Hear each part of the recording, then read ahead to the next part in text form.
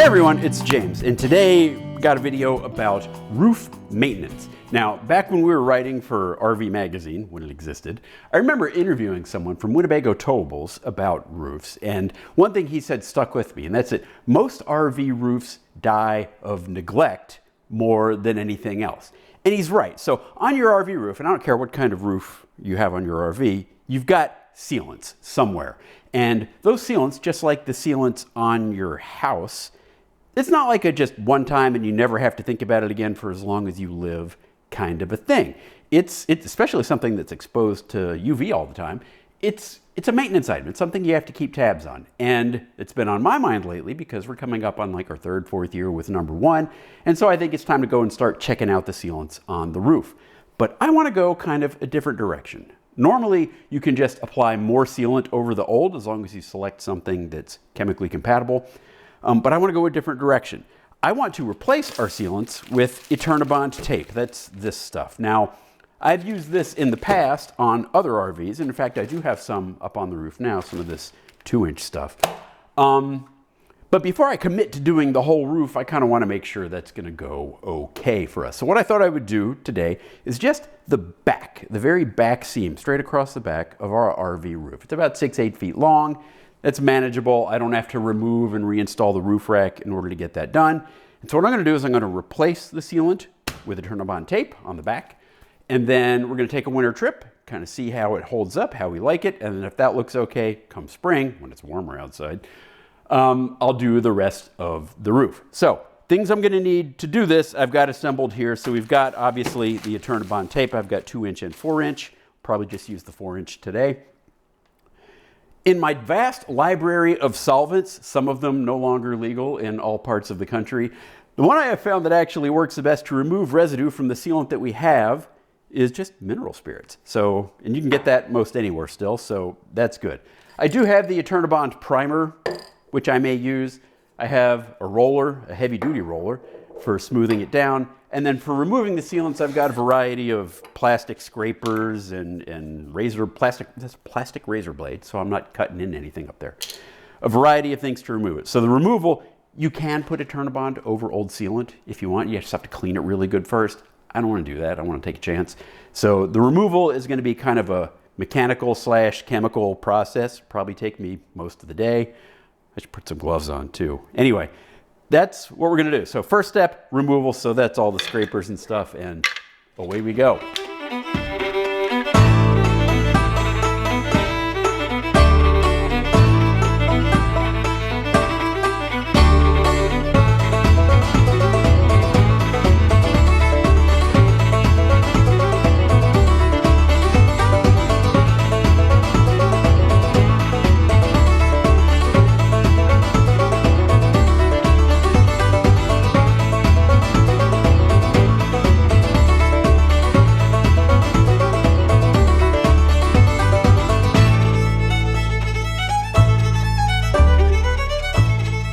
Okay, I found something kind of interesting. I was removing the sealant here, and I found this. A hole. Like, just a straight up hole. It's not on any construction diagram or anything. We got the very first EKKO to ever come off the line, and so this is probably just a mistake, but there's just a hole there. So I'm going to have to do something to kind of fill that in before I come back with the tape. Otherwise, I'll have a little divot in my tape and it'll collect water, and I don't want that, so I got to get that flush. But I'm about a third of the way done removing sealant, so I'm just going to keep on, and then I'll show you when I'm done.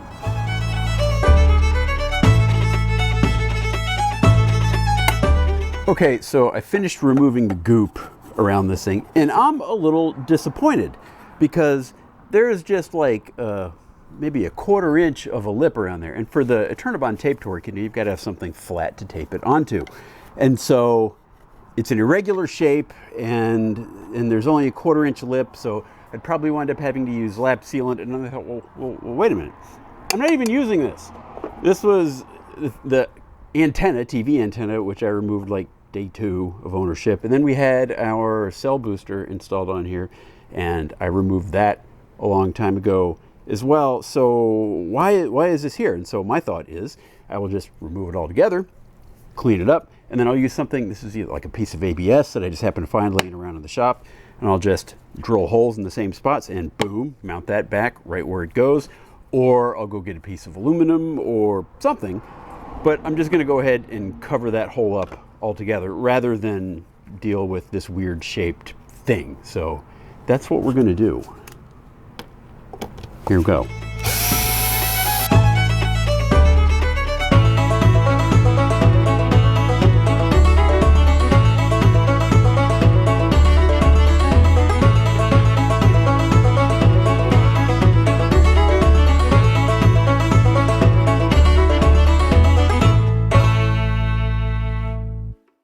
Okay, so here's what I came up with.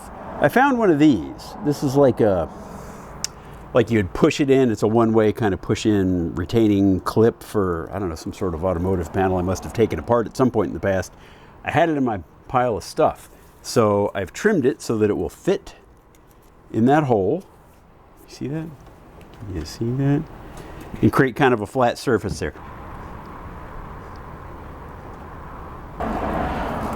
And again, I'm not really worried about the sealing of the silicone. I just want it to not be a big divot in my tape when it goes down. So there we go. So here we have a piece of black anodized aluminum. This is a leftover from a table I made up on the balcony upstairs. So I'm just going to cut off a piece. It's 5 inches by 6 inches. And then I will pre-drill holes for that so that I get screws in the same holes. And then I will have a nice flat surface, not this weird curved surface, to go and use the Eternabond tape around.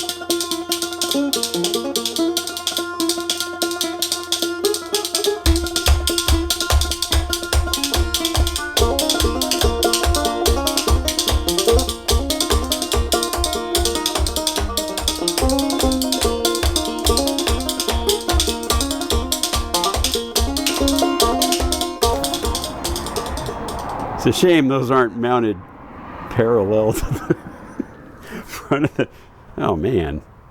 If I'd have known, I'd have... Whatever. Okay, it's a new day. It's finally warm out, so I'm going to try to finish this up today. First, I'm going to start with this because the 4-inch tape is going to come and cover over part of that, so I got to do this first. The 2-inch tape isn't quite wide enough to cover that up. And rather than burn the 4-inch tape on something this small, what I think I'm going to do is put 2 pieces to cover these screw heads and then come back and cover the whole thing up. So here we go with that. If you cut this Eternabond tape with scissors, it will gunk up your scissors. You will have to clean them off later.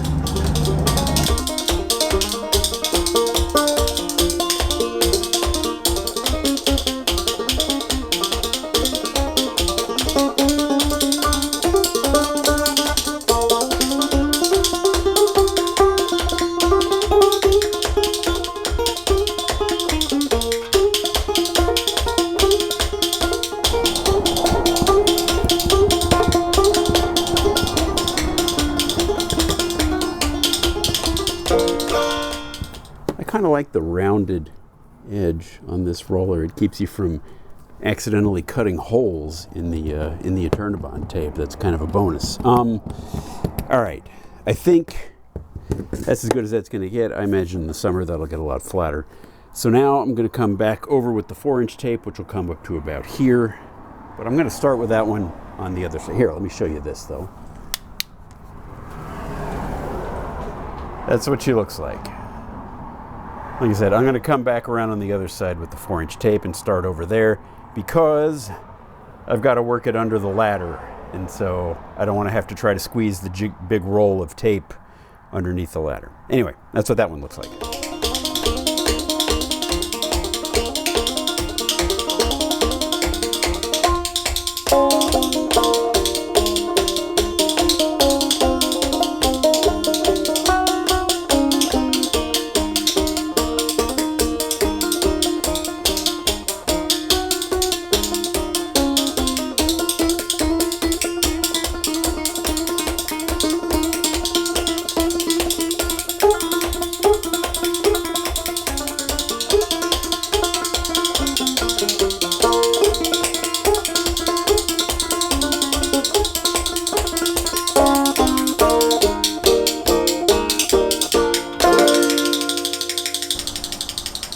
Okay, well, here's kind of how it turned out. Got it running all the way across. So there are a couple little, I don't know if you can see them black on black, but there's a couple little air pockets it look like around the screws where there were screws poking through. You can see there's a little bit of air. Hopefully over time these screw bubbles will lay down, especially in the summer when it gets really hot and then that softens up. So we'll see. But I think I need to do one more little thing, and that is right here where this comes up against the end of what was the old sealant. I'm going to put a little bit of silicone just kind of right there, just to sort of double. If I had another layer of tape coming, I wouldn't worry about it, but since I've got this sealant I'm going to put on both sides. I'm going to do that, a little silicone right there. And then I think it's, and I think we're done. I guess we'll see.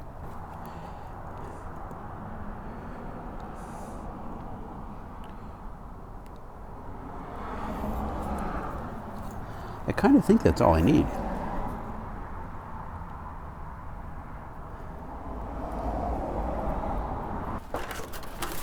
Okay, well, I guess that sort of wraps it up for this project for now. I guess the next thing is to just drive to Florida and see what happens. There'll be a post over on the Fit RV with links to some of the stuff I used and where you can ask questions, leave comments, whatever. But the real post on this will probably be like in a couple months after I've tried it out for a while and see if we have any leaks.